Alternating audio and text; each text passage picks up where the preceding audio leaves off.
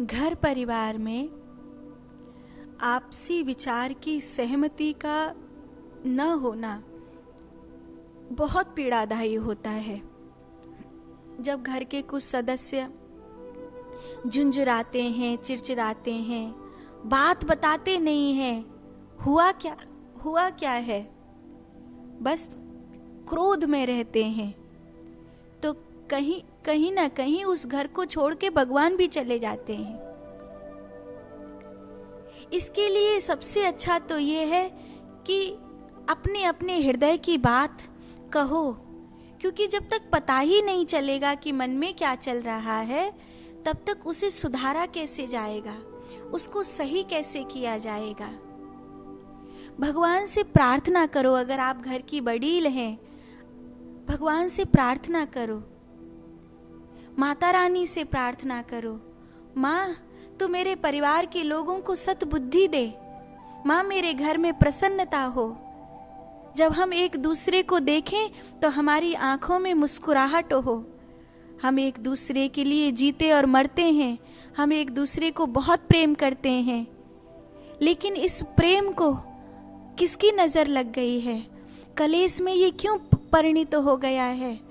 माँ, घर का कलेश हम लोगों की आयु को खा रहा है। माँ, अगर हमसे कोई भूल हुई है तो हम अपनी भूल सुधारने के लिए तैयार हैं। हमारे कुछ कर्म ऐसे हैं जिन्हें हम सुधार सकते हैं तो हम सुधारेंगे। माँ, तू हमारे घर से क्लेश को विदा कर दे, उदासी को विदा कर दे, दुख को विदा कर दे, चिड़चिड़ापन को विदा कर दे। और मुझे लगता है माँ प्रार्थना सुनेंगी और धीरे धीरे आपके घर में ऐसा वातावरण पैदा होगा कि जो मन में भीतर चल रहा है, जिसके कारण एक दूसरे के प्रति अशांति का, क्रोध का वातावरण हो गया है, सब अपने अपने मन को कहकर हल्का कर लेंगे। और जब सब अपने अपने मन को कहकर हल्का कर लेंगे तो घर में मुस्कुराहट से भरा वातावरण आ जाएगा, प्रसन्नता से भरा वातावरण आ जाएगा। माँ सबकी बुद्धि फेर सकती है, माँ चाहे तो सब कुछ कर सकती है। माँ को प्रार्थना करो, माँ मेरे घर की खुशियों को बनाए रख, माँ मेरे परिवार को किसी की नज़र न लगे। यही एक उपाय है कि आपका घर खुशियों से भर जाए। एक दूसरे की कमियों को देखना बंद करिए, एक दूसरे की अच्छाइयों को देखना आरंभ करिए।